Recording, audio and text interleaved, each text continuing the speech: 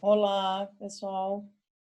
É novamente um prazer estar aqui e hoje nós vamos prosseguir, então, com a nossa videoaula, com a temática do estado do conhecimento e nós vamos abordar, então, a terceira etapa da metodologia do estado do conhecimento, que é a bibliografia categorizada ou simplesmente categorização. Nesta etapa, se utiliza como base a tabela construída na etapa da bibliografia sistematizada, ou seja, na segunda etapa do estado do conhecimento, e se realiza uma análise um pouco mais aprofundada do conteúdo, dos resumos da metodologia, dos objetivos e dos resultados das pesquisas selecionadas. O objetivo principal desta etapa é realizar o que podemos chamar de agrupamento das produções por temáticas, as quais podemos nominar de categorias. Ou seja, com os trabalhos já selecionados ou pré-selecionados na etapa da sistematização, deve ser realizado o reagrupamento das produções segundo blocos temáticos. Por exemplo, os descritores utilizados na pesquisa inicial podem ser utilizados como unidades de sentido para compor a denominada categoria. Ao separar as publicações por temáticas aproximadas, já se inicia o processo de agrupar o que será constituído como categoria de análise. Assim, para compor a tabela da bibliografia categorizada, devem ser utilizados como cabeçalho da tabela os seguintes itens: o número ou o código do trabalho, que é aquele mesmo número que não muda desde o início, desde a primeira etapa. Categoria, que é uma palavra ou expressão que irá representar a temática ou a microtemática dos trabalhos.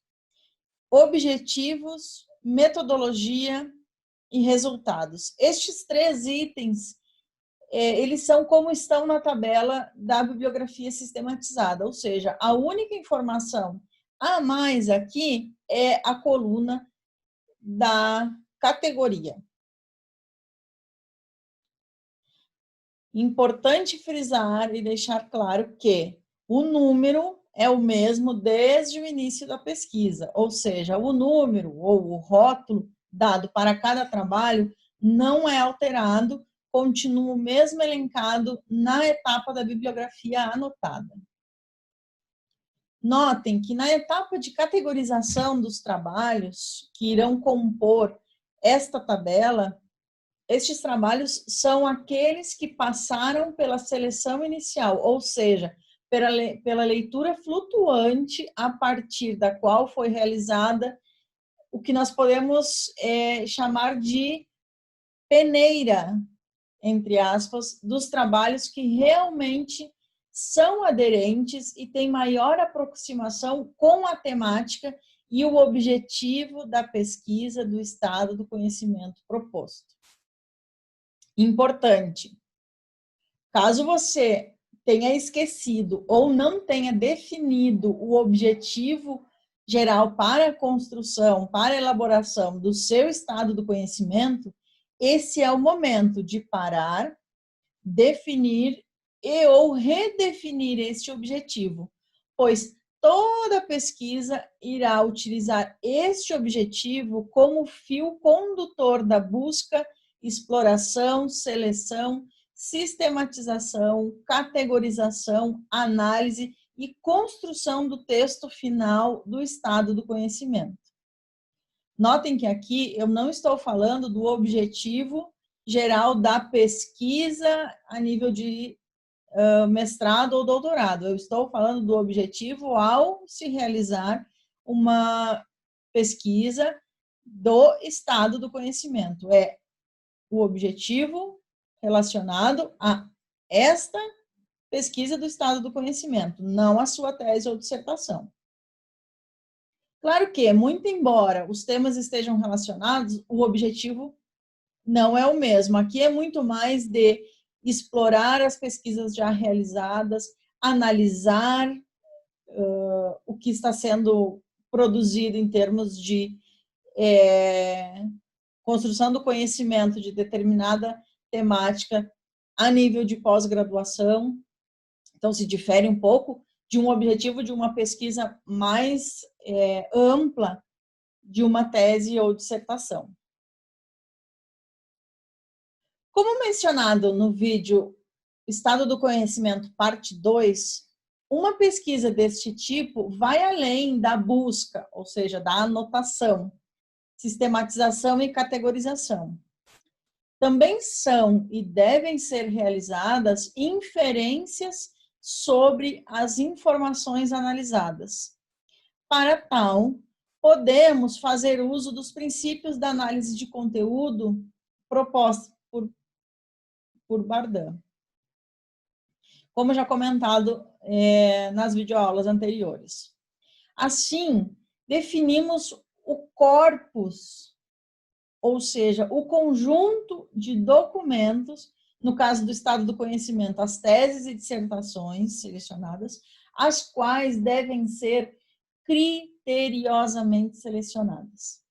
E após a leitura flutuante destes documentos, fazer uso de regras para sua definição, o que em geral pode ser feito utilizando-se a regra da exaustividade, ou seja, conhecer todos os elementos desse corpus.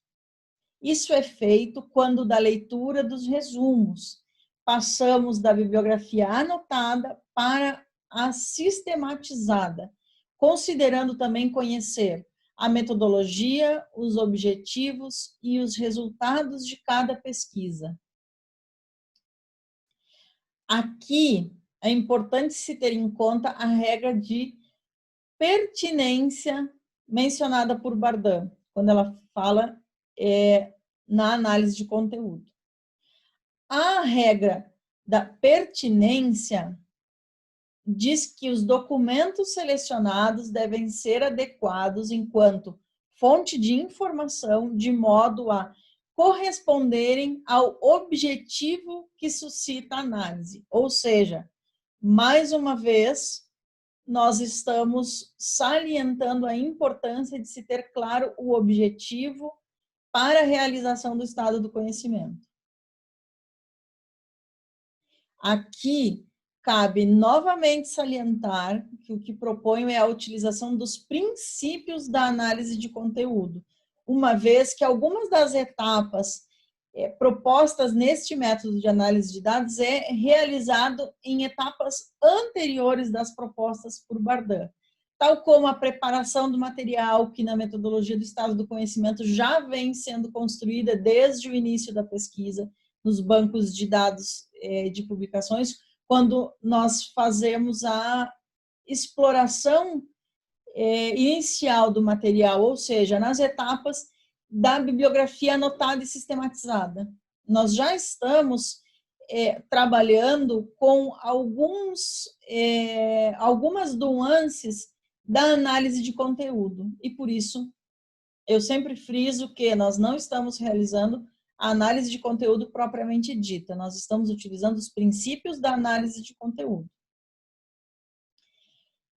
A fase de exploração do material, ou seja, as duas primeiras etapas, elas são extremamente importantes para a etapa de categorização e análise dos trabalhos que vão compor o estado do conhecimento. Pois, se essas duas primeiras etapas forem criteriosamente realizadas, a fase de análise será nada mais, nada menos que a aplicação das decisões tomadas e a estruturação dessas decisões e inferências na forma de um texto. Parece simples, né? Mas a etapa final, ela só é simples quando respeitado o trabalho longo, meticuloso e exaustivo das etapas anteriores.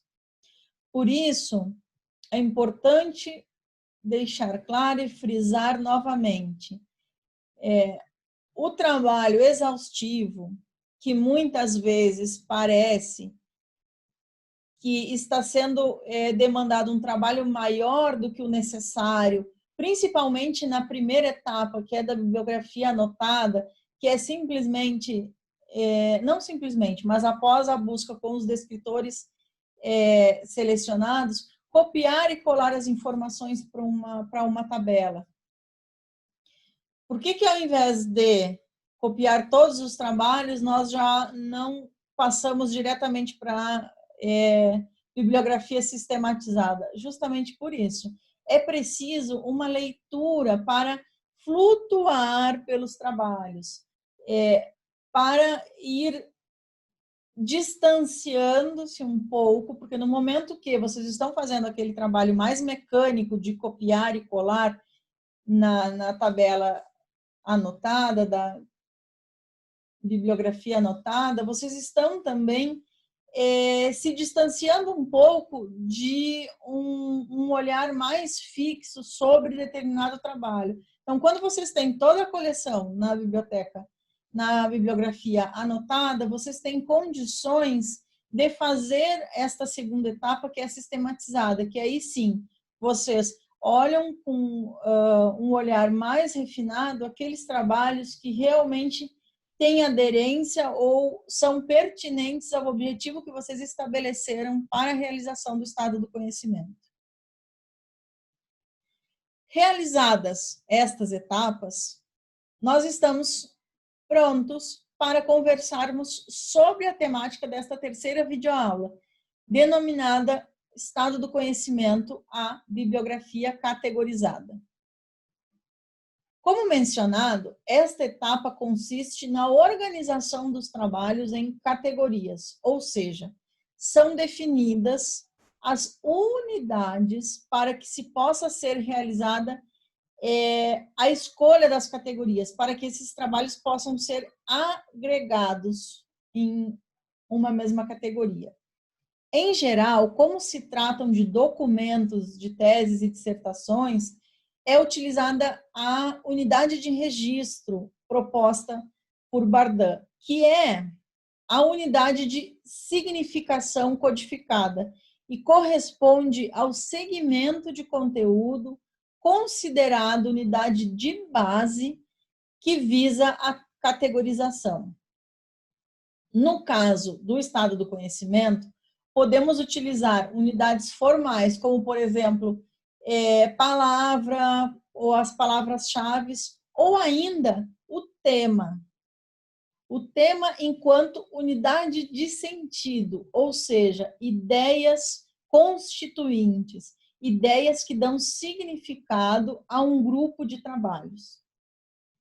Isso porque o estado do conhecimento se propõe mais precisamente a análise qualitativa dos dados, embora possam ser realizadas inferências quantitativas, como, por exemplo, o percentual de teses e o percentual de dissertações, o percentual de trabalhos por região administrativa, ou seja, por estado, o percentual de trabalhos por categoria administrativa das universidades, ou seja, universidades públicas, universidades privadas, por área do conhecimento, por período.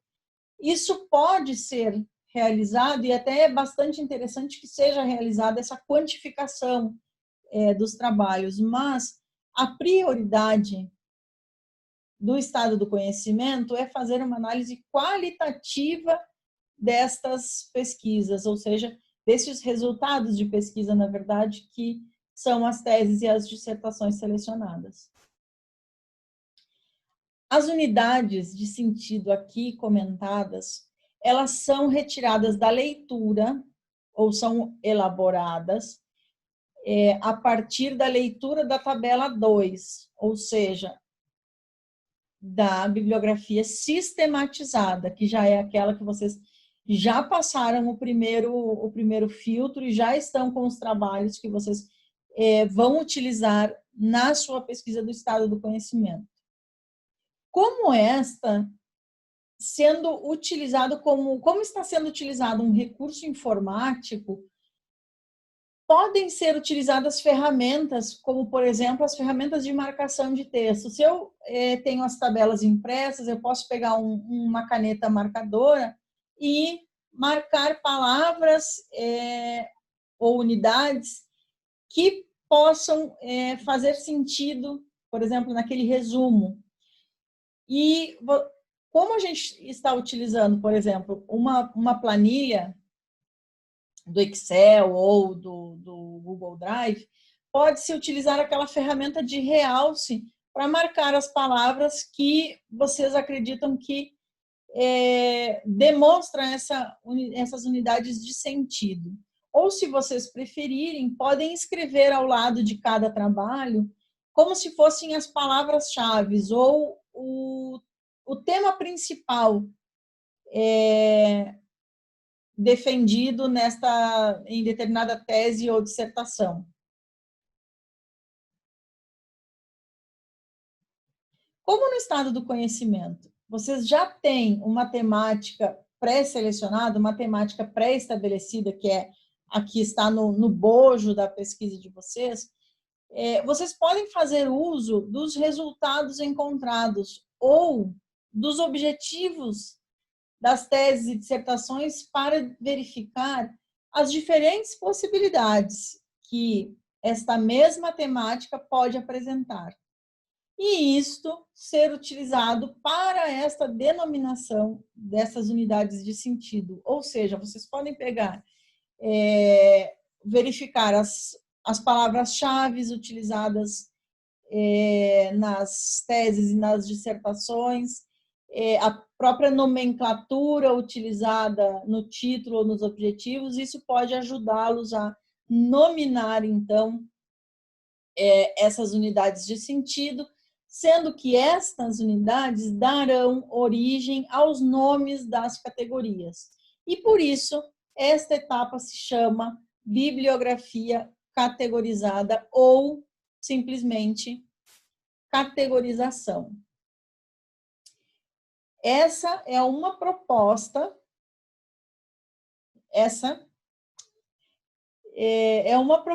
de organização da tabela 3, onde vocês devem criar, então, como um título que expresse por meio de uma ou duas palavras o sentido da unidade, ou seja, o sentido do conteúdo que estará presente nesta categoria. Este desenho pequenininho eu vou ampliar agora para que a gente possa ver melhor a tabela ou um exemplo de tabela da bibliografia categorizada.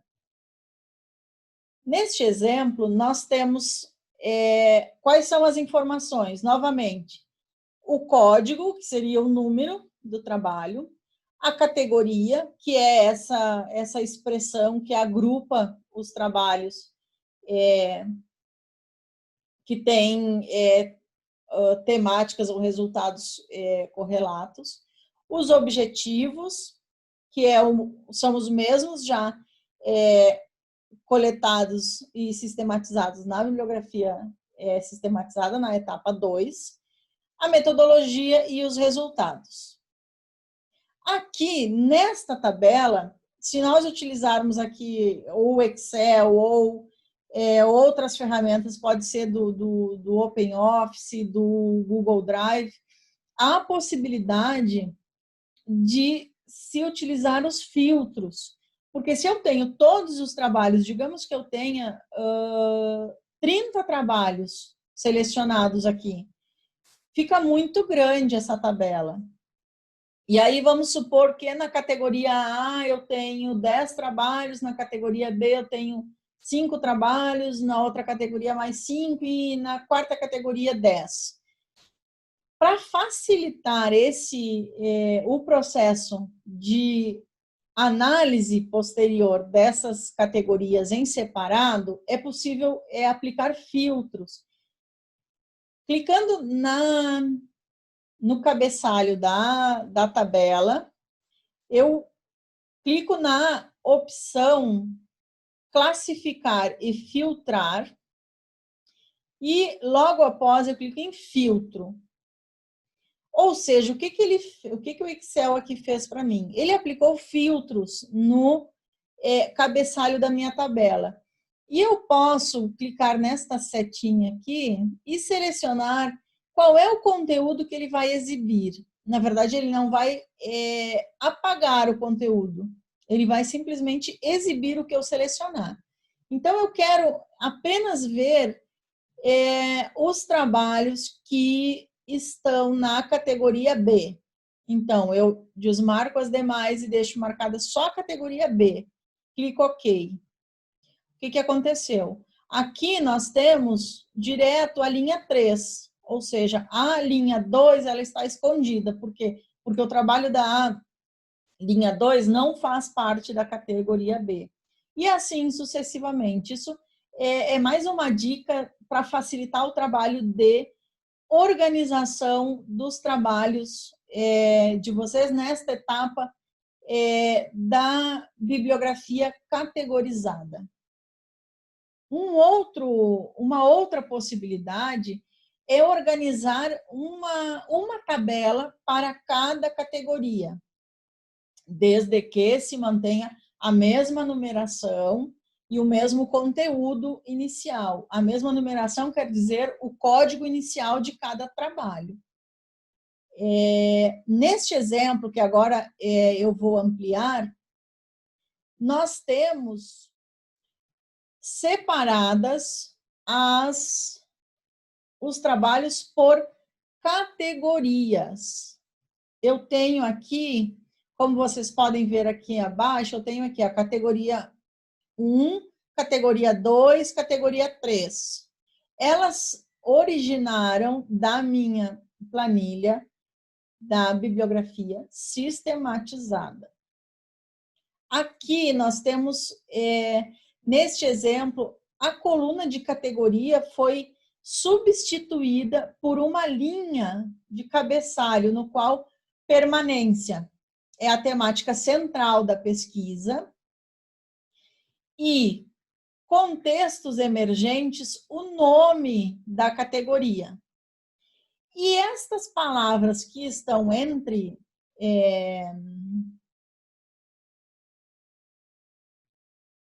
aqui no conjunto são as unidades de sentido que compõem ou as unidades de registro que compõem esta categoria contextos emergentes. Bom, o nome da categoria, ela é contextos emergentes, e cota, reservas de vaga e oriundos de escola pública, as unidades de sentido identificadas na unidade de registro. Como eu dei o nome contextos emergentes? Este nome foi, assim, composto utilizando de subsídios teóricos. Foram utilizados estes subsídios, principalmente da área da educação superior, para definir, então, o nome dessa categoria contextos emergentes. E aqui é importante deixar claro e salientar que cada categoria necessita ser explicada e explicitada epistemologicamente. Ou seja, na redação do texto do estado do conhecimento, a denominação da categoria necessita apresentar o viés teórico ou o preceito epistemológico adotado neste trabalho ou neste estado do conhecimento, ou seja, qual é o entendimento adotado nesta pesquisa para denominar, por exemplo, contextos emergentes. Isso precisa ficar claro no início de cada categoria, justamente para que, na leitura do estado do conhecimento, seja possível ou seja perceptível para o leitor quais foram os preceitos, quais foram quais foram os entendimentos ou o entendimento adotado para nominar a categoria. E, imbuído disso, também estará a análise dos trabalhos propriamente dita e que nós vamos abordar isso na nossa próxima videoaula. Assim, realizada a terceira etapa da metodologia do estado do conhecimento, nós podemos passar para a quarta e última etapa, que é denominada a etapa final, que é a escrita do texto e a análise propriamente dita das categorias. E para esta etapa, nós dedicaremos um outro momento. Eu espero que vocês tenham gostado, compreendido um pouco melhor esta etapa de categorização e a importância da sua criteriosa realização para compor um excelente resultado do estado do conhecimento.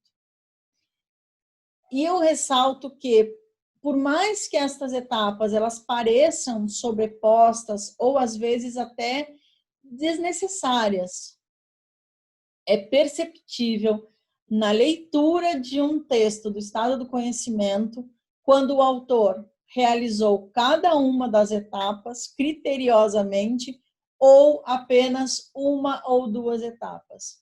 Isso eu posso dizer para vocês por experiência de orientação, por experiência de revisão de artigos científicos de periódicos.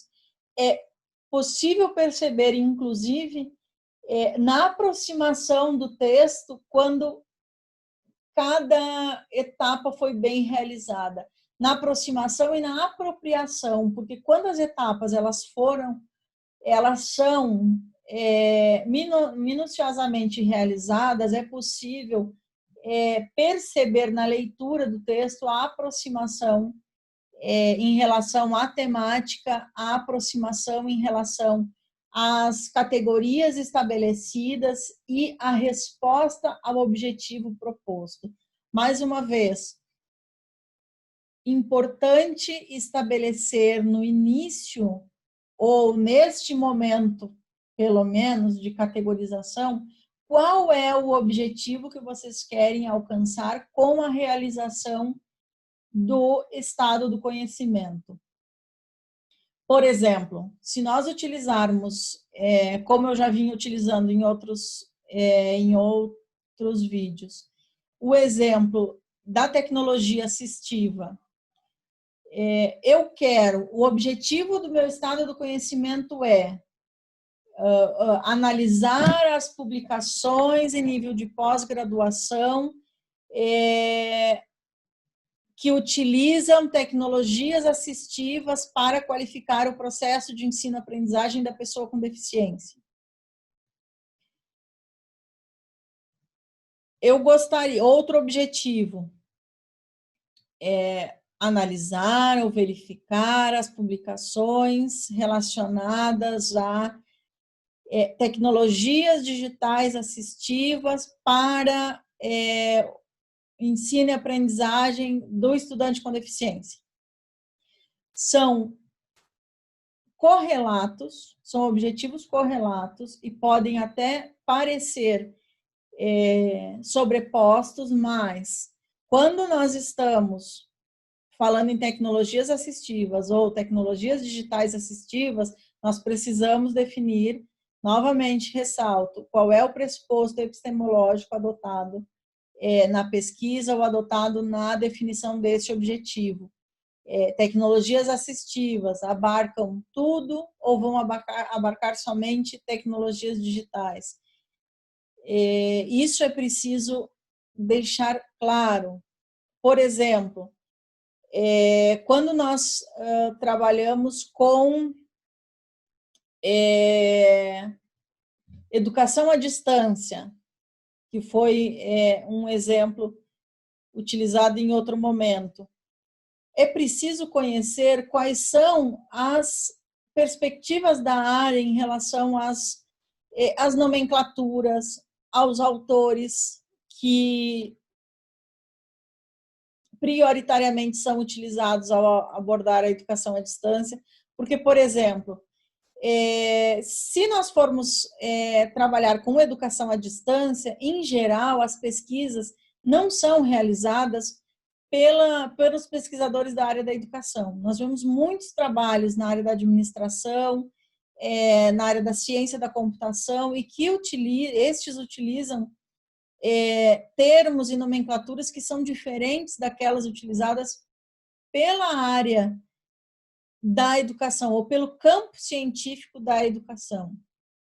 Então, é importante se apropriar dessas nomenclaturas, mas como aqui o foco é pesquisa em educação, nós precisamos também nos apropriar dos termos, dos autores, dos teóricos da educação.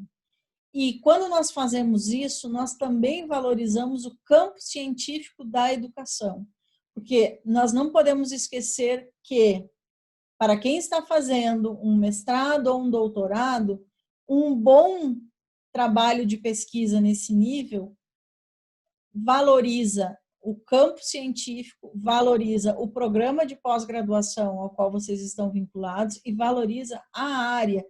E nós não podemos esquecer que, logo ali à frente, para quem está fazendo um mestrado ou um doutorado, as suas teses e as suas dissertações estarão disponíveis nestes bancos de dados que vocês estão pesquisando agora.